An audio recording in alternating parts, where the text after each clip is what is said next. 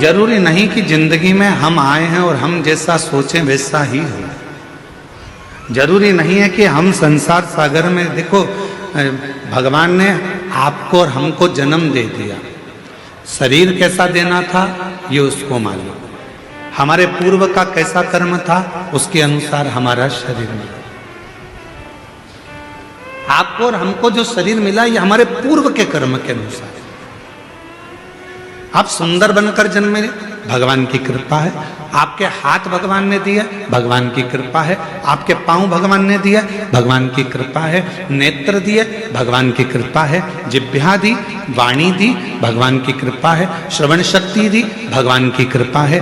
बुद्धि दी, भगवान की कृपा है। शरीर कैसा देना था यह परमात्मा ने हमारे पूर्व का स्मरण कर कर, पूर्व के खातों को देखकर तब भगवान ने हमको दिया।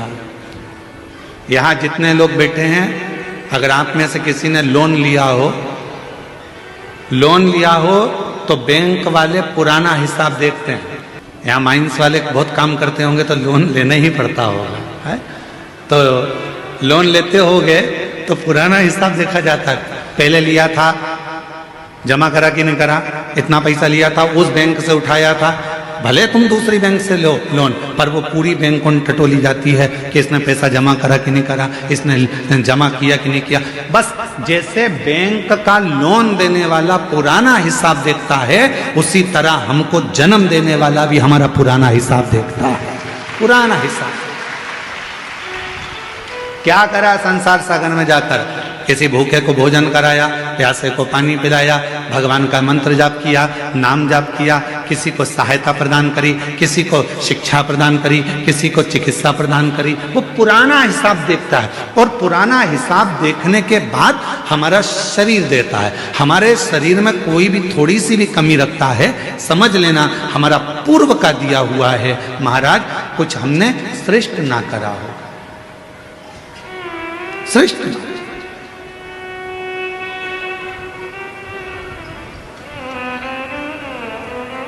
धृतराष्ट्र नेत्र नहीं है। एक बार भगवान द्वारकानाथ से धृतराष्ट्र ने पूछ लिया, क्या बता सकते हो कि मेरे नेत्र क्यों नहीं है?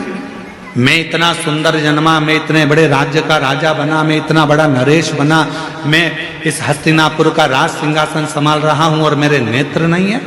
आप बता सकते हो कि मेरी किस्मत ऐसी क्यों लिखी? भगवान द्वारकानाथ ने कहा, पूर्व जन्म में तुम एक सुंदर राजकुमार थे, एक हंस को देख लिया था, उस हंसनी को पकड़ने के चक्कर में वो तुम्हारे हाथ ना आई तो उसके साथ में जितने भी लोग बच्चे थे उन सब के नेत्र तुमने हर लिए थे, इसलिए तुम्हारे नेत्रों को हरा गया। पूर्व का कर्म। कोई पिछले जन्म के अच्छे कर्म मुझे बाबा दे, कोई पिछले जन्म के अच्छे कर्म मुझे बाबा तेरा साथ मिला। जहाँ सारी दुनिया झुकती है, जहाँ सारी दुनिया झुकती है, मुझे वो आली दरबार मिला, दरबार मिला।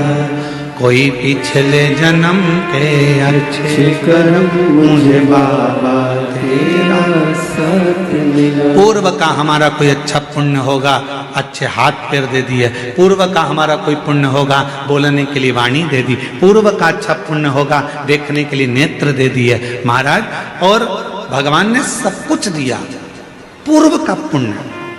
और फिर याद रखो, हमारे और आपके पिछले जन्म का कोई अच्छा कर्म होगा जो शिव महापुराण की कथा कच्चे गांव में दे दी। ये पुण्य है।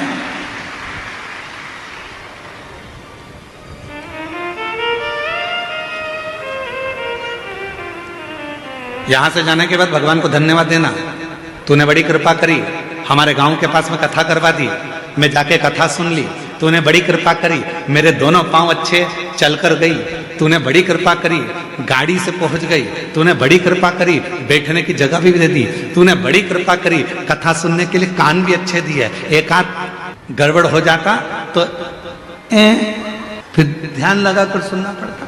तूने बड़ी कृपा करी, मेरे 2 नेत्र दिए, अगर एक भी गड़बड़ कर देता तो देखने में आनंद, दर्शन में आनंद नहीं आता। तूने बड़ी कृपा करी कि मेरी मुख में वाणी दी, महाराज जब भजन गा रहे थे उनके साथ मैं भी गा रही थी। ये तेरी कृपा है, ये तेरी उदारता है, ये तेरी करुणा।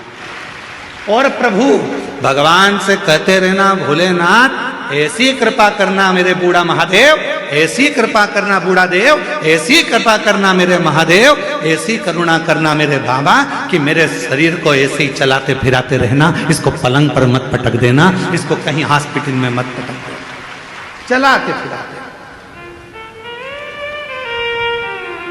पूर्व का कर्म है हमारा।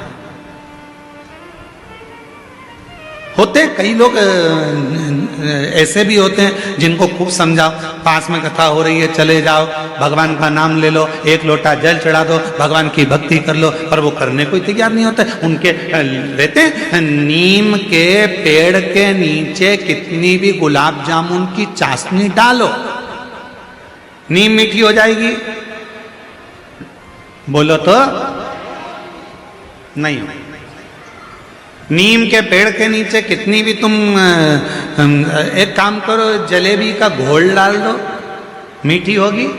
चल जान दो। अच्छा, करेले के पेड़ के नीचे, करेले के पौधे के नीचे, करेले की बेल के नीचे आप गुलाब जामुन की चाशनी डालो, रसगुल्ले की चाशनी डालो, क्योंकि वो रसगुल्ला खाने के बाद उसका पानी तो काम आता ही नहीं है। तो एक काम करें अपन कि करेले की बेल के नीचे डाल देते हैं तो करेला मीठा हो जाएगा, हो जाएगा। करेला करेला ही रहेगा, नीम नीम ही रहेगी। उसको चाहे तुम की कितनी भी गुलाब जामुन की चाशनी डाल लो, चाहे तुम गुड़ डाल लो, शक्कर डाल लो, तुम्हारी मर्जी पड़ जाए जो डाल लो, पर वो नीम नीम रहेगी, कड़वी की कड़वी रहेगी, करेला कड़वा की कड़वा ही रहेगा। उसी तरह अपने गांव में, अपने नगर में, अपने शहर में, अपने मोहल्ले में, अपनी कॉलोनी में, अपने घर में, अपने परिवार में कोई ना कोई एकाध व्यक्ति नीम और करेले जैसा होता ही, उसको कितना ही समझा लो,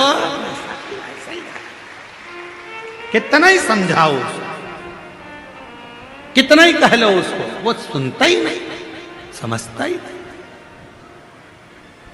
अब कोई कहे कि गुरुजी वो तो हाँ हमारा रिश्तेदार है, हम तो उसको इतना कहते हैं, फिर भी वो भगवान की बुराई करता है, फिर भी शंकर जी की बुराई करता है, फिर भी 1 लोटा जल की बुराई करता है। गुरुजी हमारे यहाँ वो आए थे, इतने बड़े संत महात्मा, वो भी शिव जी की बुराई कर दी है, वो भी इनने भी ऐसा कर। तो कोई कितना ही समझाए, पर वो नीम नीम रहती है, वो करेला करेला ही रहता है, उसको नहीं समझ में। महाराज उसने शरीर दिया कितना अच्छा, उसको साधु का। उसने जन्म दिया अच्छे घर में, अच्छे परिवार में, अच्छे कुल में, ये उसकी कृपा। और उसने मौका दिया भक्ति को करने का, भजन को करने का, ये उसकी कृपा है, ये उसकी